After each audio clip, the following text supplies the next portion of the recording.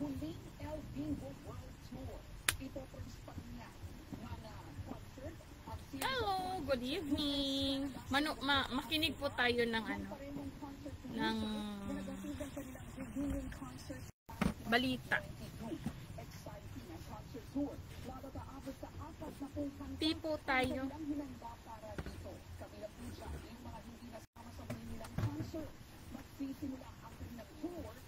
Naligo po kasi ako hapon na.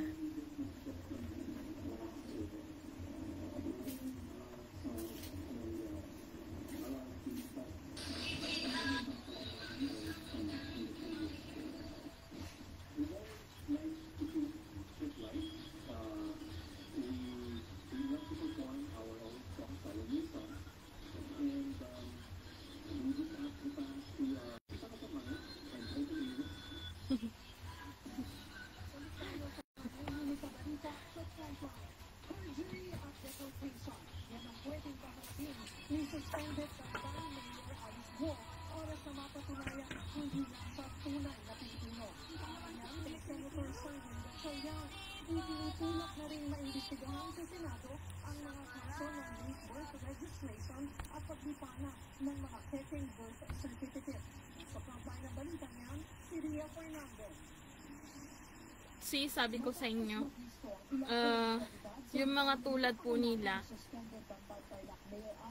ang tanong ko po, legal po ba talaga sila dito?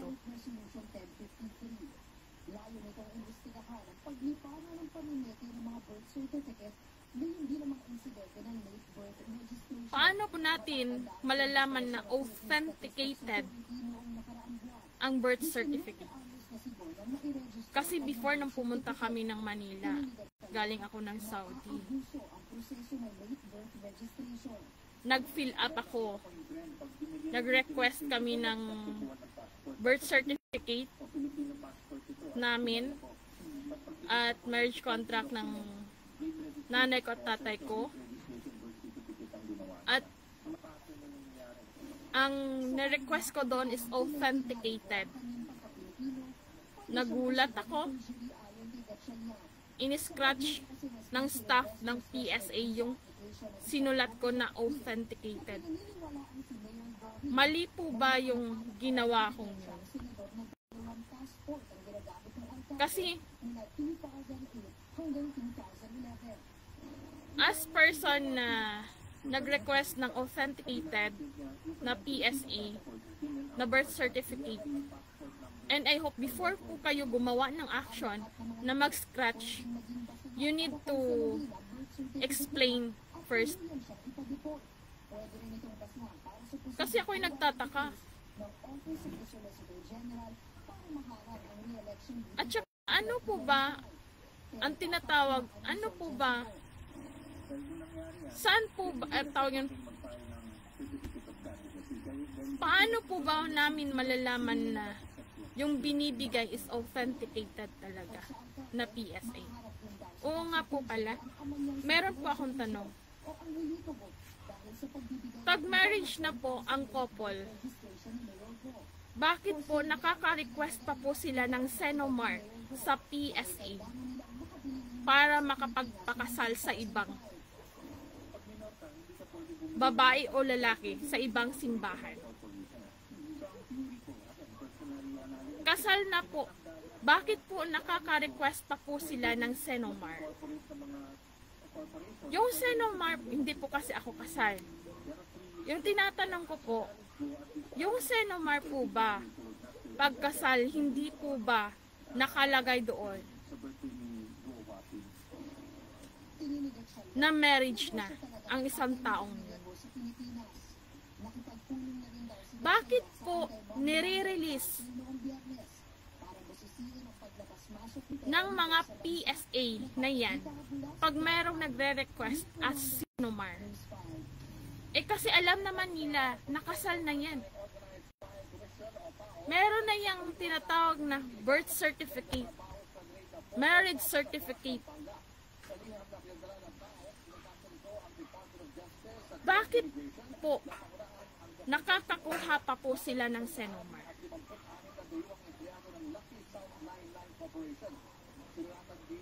Pera-pera po ba? Yung tawag po diyan.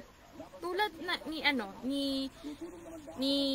Madam ex-Mayor Alice Go. Meron po siyang birth certificate. Peke. Saan po siya kumukuha ng birth certificate na yan?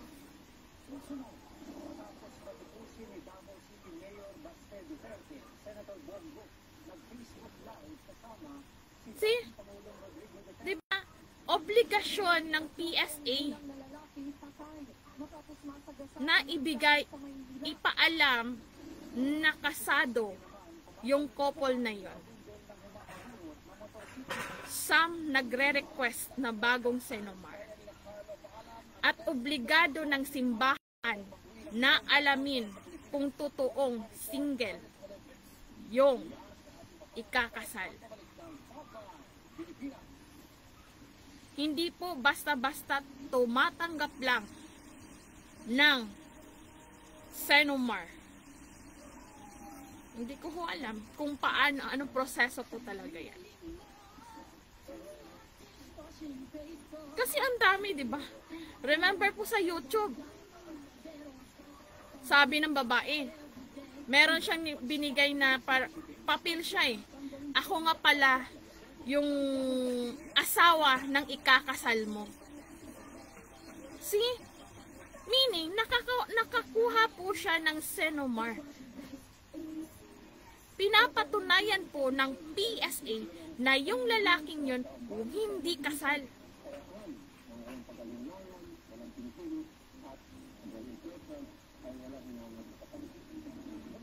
Tapos, doon sa Manila, makikita ko, with guard pa. Ano ang pinoprotektahan nyo? Ano ang pinoprotektahan nyo? Yung rights na ginagawa nyo? Or yung hindi ko alam?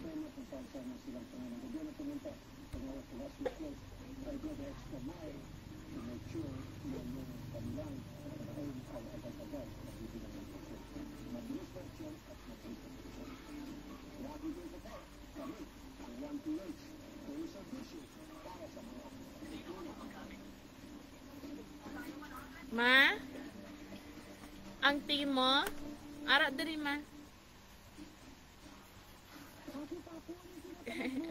Ano lang ha, kasi gumagawa ako ng tea.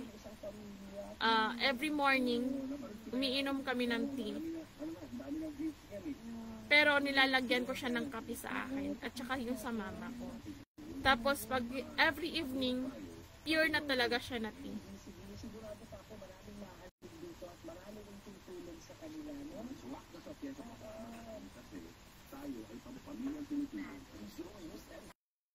Kahin niyo po.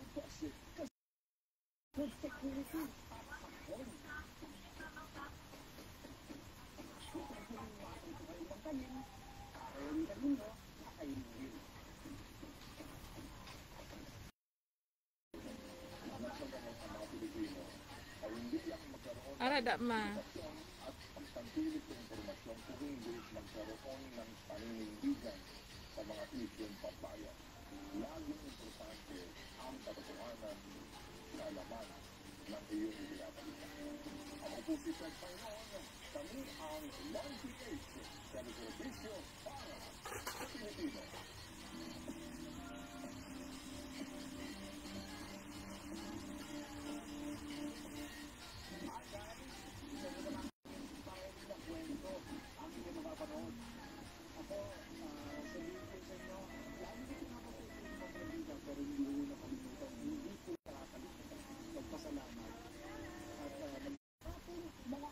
Niloloko nyo po ang taong bayan. Niloloko nyo po ang simbahan.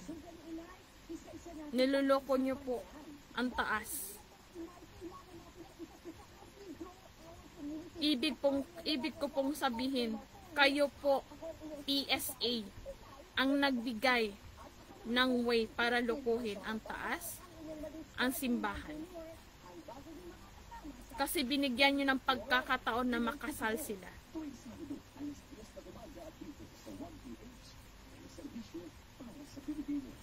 Gusto nila. Kung tinignan nyo ng maayos, diba? It's because it's in the system. Now, paano po malalaman na authenticated ang binibigay sa simbahan?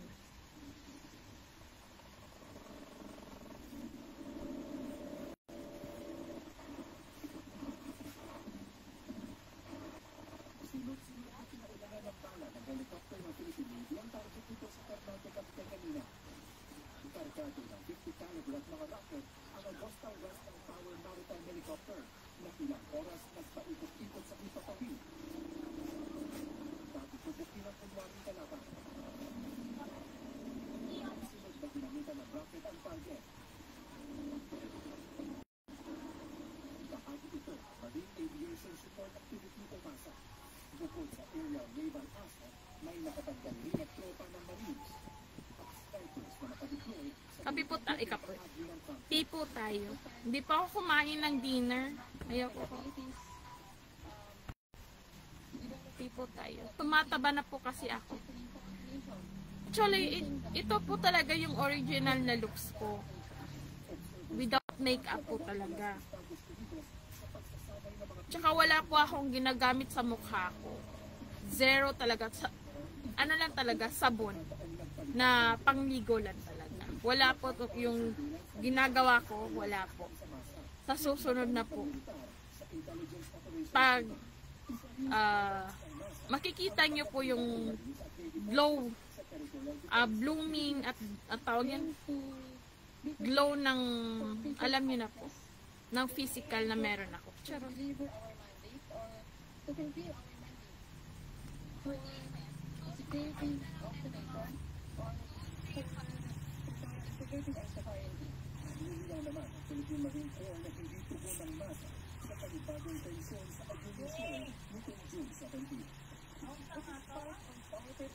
Oo nga, wala si King dari man nag-anak ko. Bay, ina na si King Mang. Anang aso namin. Dati ayaw niya sa aso. Ngayon, tignan. Tapos dati ayaw niya sa papi.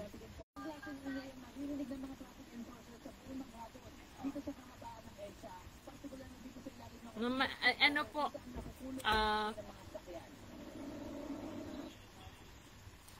alam niyo po, gusto ko po sana magaganito.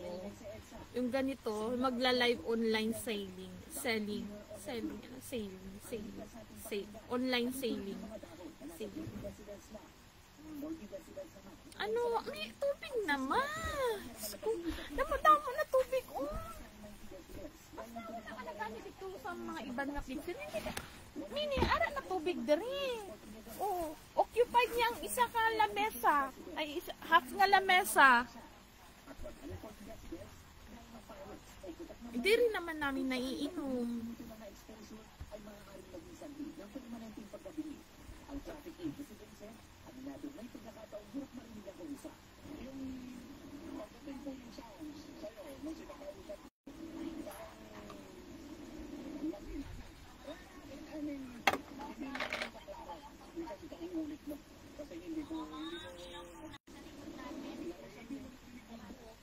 Ano? Ay ba isa dapat kan alang ng pusa ta.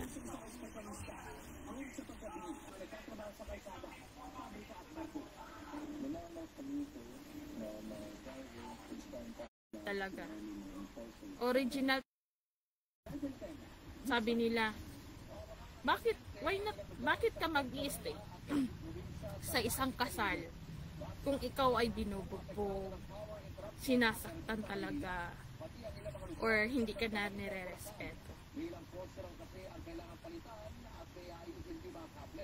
Ngayon ang tanong ko, bakit ginagawa yan?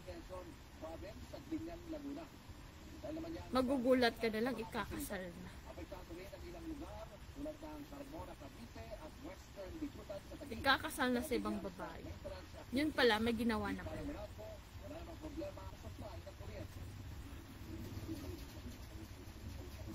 Tapos, na-remember ko yung ano yung 200 per children. Diba? Anak ka lang. Bibigyan ka lang naman ng 200. Araw-araw. Mura lang, no? Tapos, kukunin ng lalaki yung isang anak, dadalhin doon sa kabit niya, mag-aalaga sa anak ng kabit niya.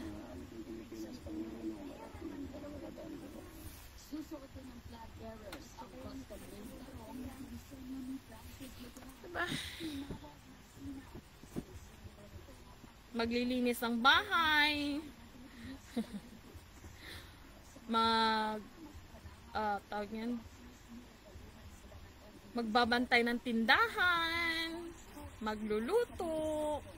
Yun yung purpose ng mga anak pagdadalhin ng ama sa kabilang pamilya.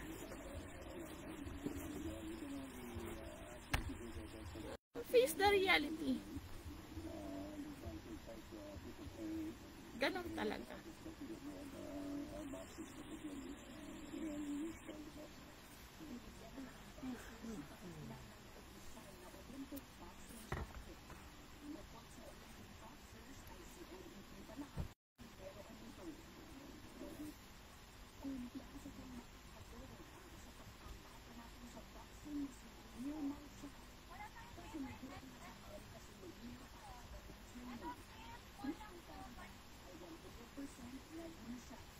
Alam nyo, pag nagkasala, pag dinala nyo yung anak nyo sa original, pag yung anak nyo sa original at dinala nyo doon sa pangalawa nyong pamilya,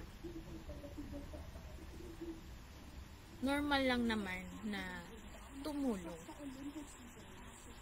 Pero nakadepende yun sa kanya. Kasi karapatan niya yun.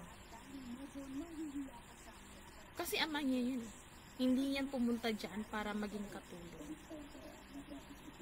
Ipakita mo rin na gumagalaw ka. Huwag ipagdamot ang karapatan bilang isang ama. Ngayon,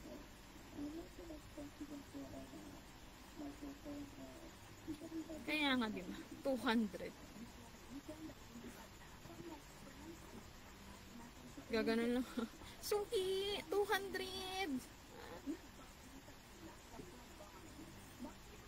Suki, 200.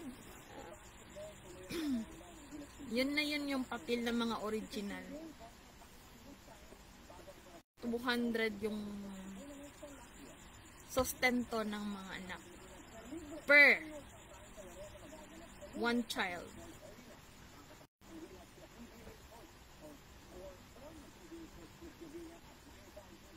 Suki. Diba? Yung mga original na ngayon, suki na.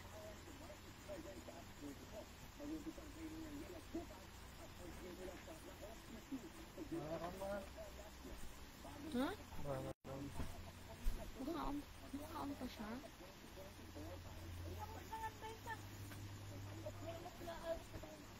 Mamang do.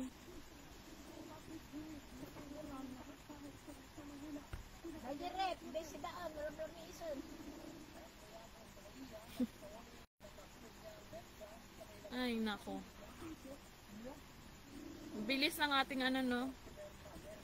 Approve agad. Divorce.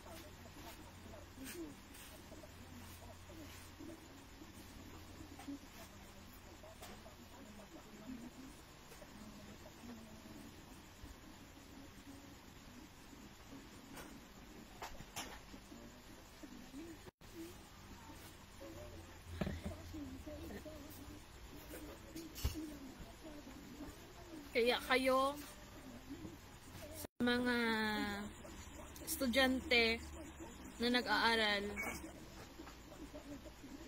para hindi tayo umasa sa 200 pesos pag iniwan yung mga anak nyo, iniwan yung mga pamilya nyo. dapat nakapag-aral po tayo. Kasi hindi habang buhay or hindi po natin malalaman kung ano po yung kalakihan,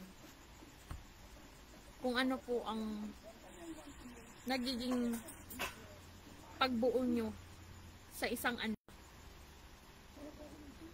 Baka merong nagkakaroon ng sakit, baka genetics na sakit, hindi natin alam. Kaya mag-aral po tayo. At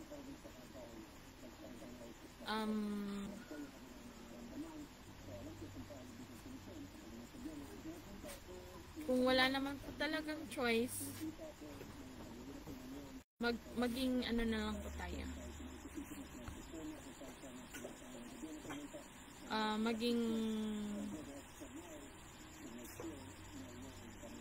Mag-isip po tayo ng future, present to future natin. Kasi hindi natin yung mga kinakasama natin na alam yung original kayo.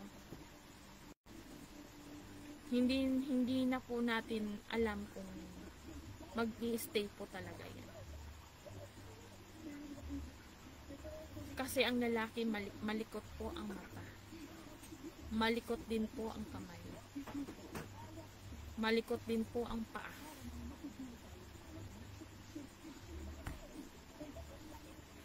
Kaya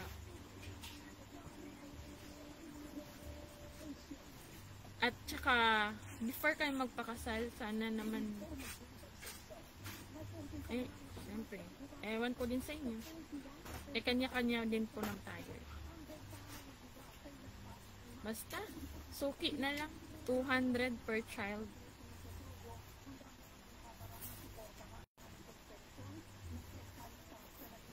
Naka ano naman kasi, andyan po ang gobyerno. Sasalo. Diba? Obligasyon ng bilang isang apa. Ang gobyerno ang sasalo.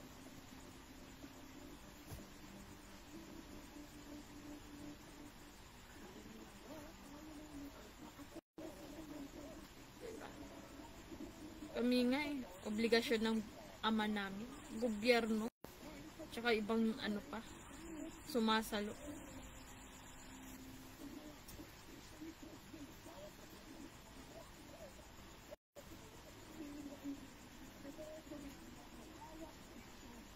Buti na lang may gobyerno, sumasalo.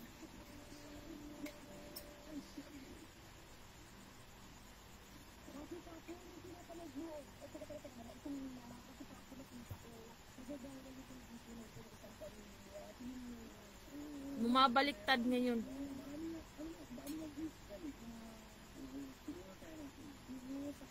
Kasi hindi po natin alam ang future natin. Kasal may papel. Pero darating ang time, magiging useless din ang papel na yun. And I hope sana wag naman sana.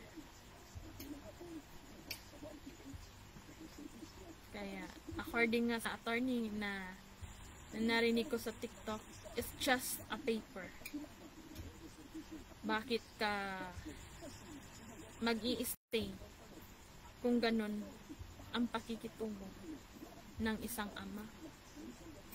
Or kung ano ang nangyayari sa isang pamilya ngayon. Nandun lahat eh.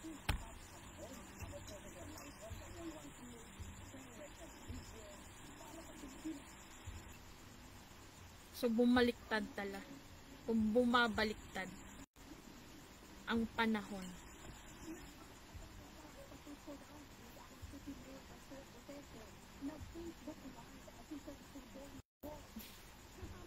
₱200.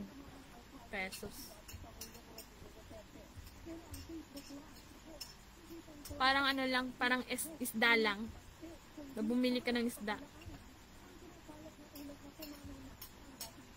Parang niluwal mo lang. Ganun lang.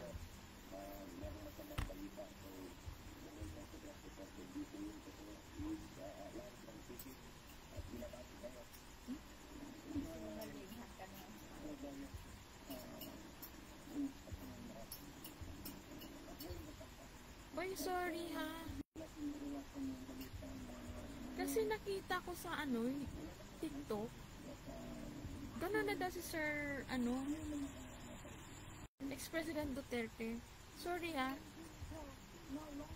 Bad yung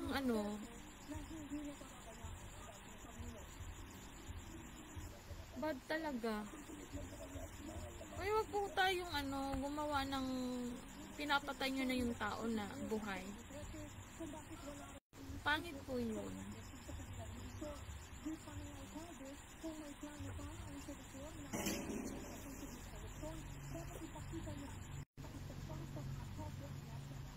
Nakita ko kasi ganyan lang yung sir.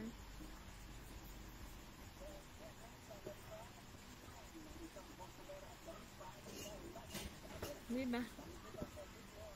So, congratulations sa bago nating batas.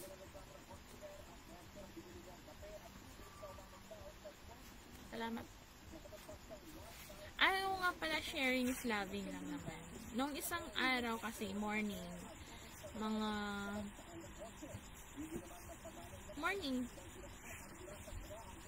mga 3, 2 a.m. ganun, or 4, hindi ko lang alam, basta below 2 a.m.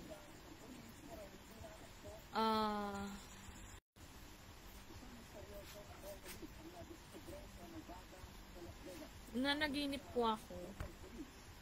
Meron pong 4 na lalaki na sumalot. Ganon. Tapos, tinutuan niya po ako. Tinuruan niya po paano sumalot. So, ang pagsalot, hindi naman ganon. Dapat ganon siya. Dapat ganon.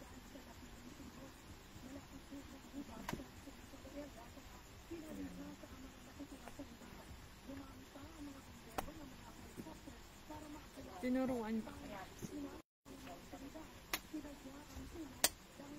At napanaginipan ko din before pa, yung mali yung sinabi ko sa YouTube ko, yung siguro hindi ko lang alam, nasa aeroplano ako, pauwi na ng Pilipinas. Nakita ko sa Alapa app na merong isang sheet. Hindi po ako tulog nun ha. Tinitignan ko po yung bintana. Na-appreciate ko po talaga. Meron pong sheet. Nakita ko po talaga.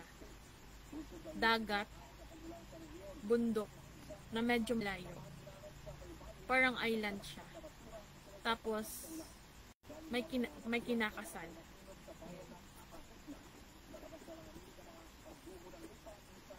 Hindi siya panaginip, hindi po ako nakatulog.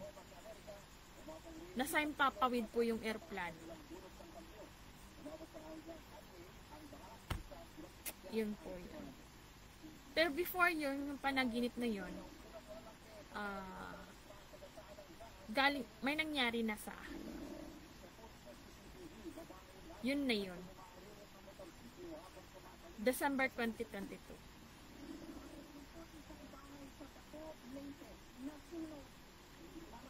Bakit hindi ako nagreklamo sa ganun? Kasi wala eh. Yung nanay ko, yung kuya ko, ginagawa akong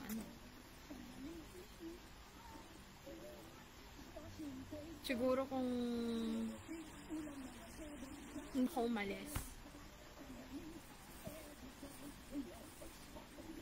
Ganon ako kay kuya.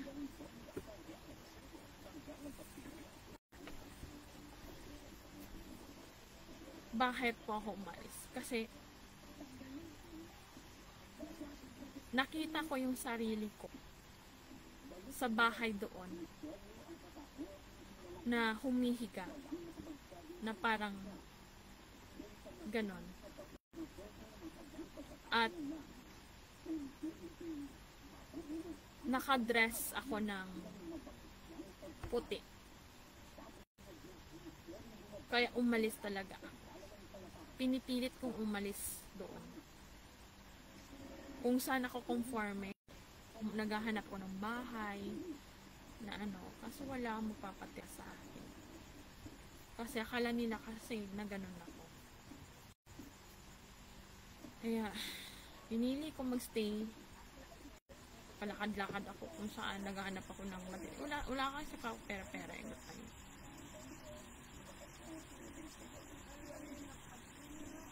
Siguro kung wala talaga. Kasi yung kuya ko, iba eh. Albularyo. Wala.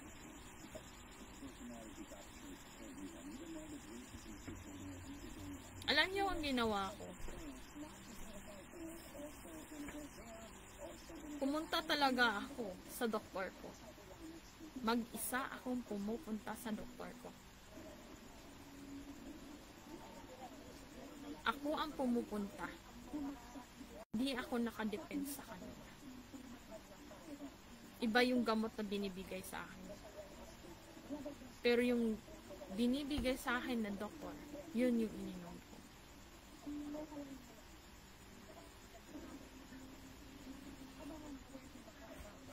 Kaya ito, matino.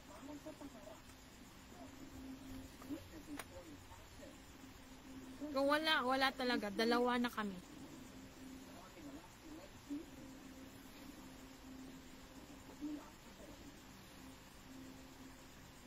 Maalis kasi ako pag tinatrato akong ganun. Na iba yung trato sa akin.